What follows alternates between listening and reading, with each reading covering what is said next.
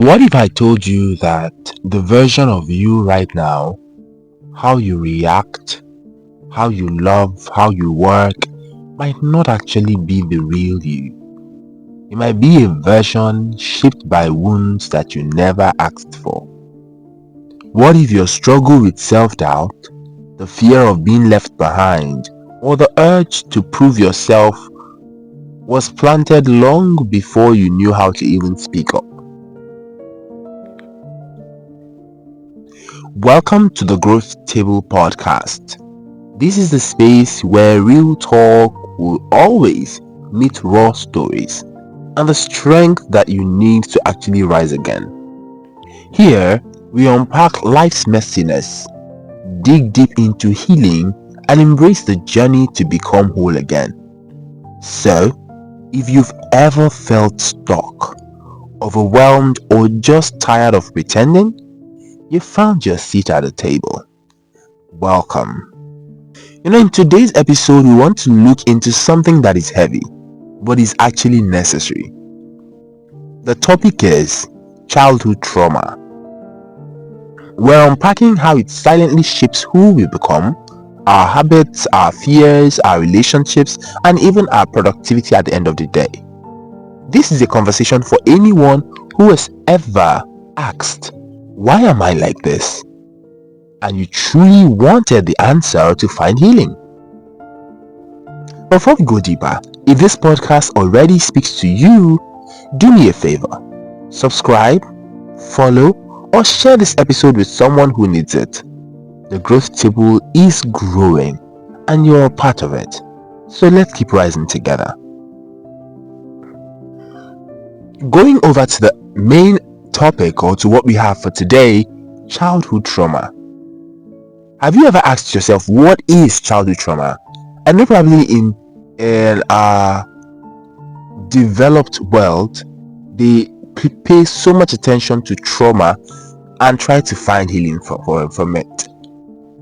But Nigerians, we feel trauma is not for us. But the truth is that it happens to everybody. Everybody, regardless of race, background, location, trauma is real. And it affects each and every one of us. Childhood trauma refers to any deeply distressing or disturbing experience that occurs in childhood. It can be events that overwhelm a child's ability to cope emotionally, physically, or mentally. But the thing is, trauma is not always dramatic. Sometimes it looks like probably silence, like not being hugged when you needed it, being constantly criticized by your parents or by people around you, or growing up in chaos so constant that you learn to survive by becoming invisible. Where do where do people experience or get that childhood traumatic experiences from? First is through neglect. It might be emotional neglect, it might be physical neglect, but being unseen, uncared for, or left to figure things out alone can be a great source of childhood trauma. Emotional abuse, being belittled, shamed, ignored, or constantly walking on eggshells is another source. Unstable environment can also be a contributor to childhood trauma. Having homes where there was addiction, constant fighting amongst parents or guardians, absent parents, or unpredictability of how life is going to be carried on in the family.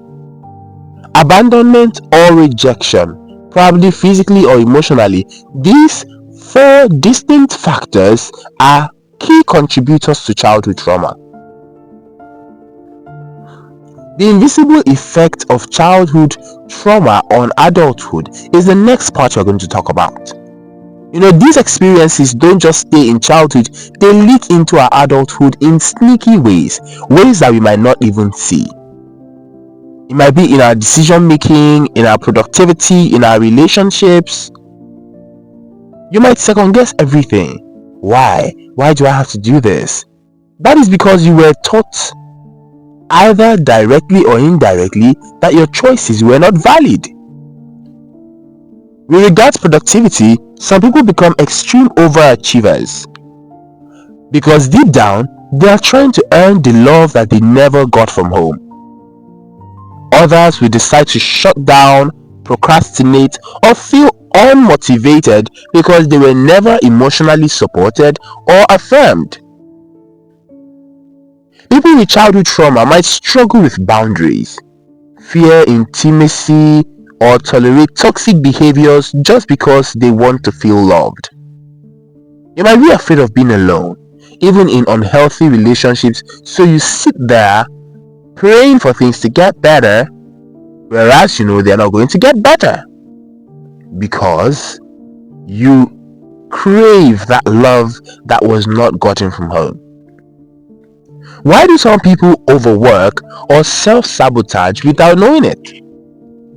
Sometimes we overwork to escape our thoughts. Sometimes we self-sabotage because deep down we don't believe we deserve good things. If your inner child never felt safe or seen, that child is still driving the wheel today, even on you as an adult. Let's take some real life scenarios here. Let's say a girl grew up in a house where emotions weren't allowed, where when a child cries, she's being told that she's weak, where love was conditional. You have to earn love. Now, probably at 25 years old, she's successful, admired, but the truth of the matter is she don't let emotions out. She acts up strong, piling up dirty emotions in her that is supposed to be let out. She can't connect deeply, starts feeling anxious when things are calm because she is not comfortable, or she was not taught to be comfortable in calm situations. That is because her body already knows only how to survive chaos. Another scenario: a young man who was never affirmed, who was never told that he was loved, who was never properly cared for, grows up probably at 25, 26, and he constantly chases validation at work, online, in relationships. He doesn't rest because rest feels lazy to him.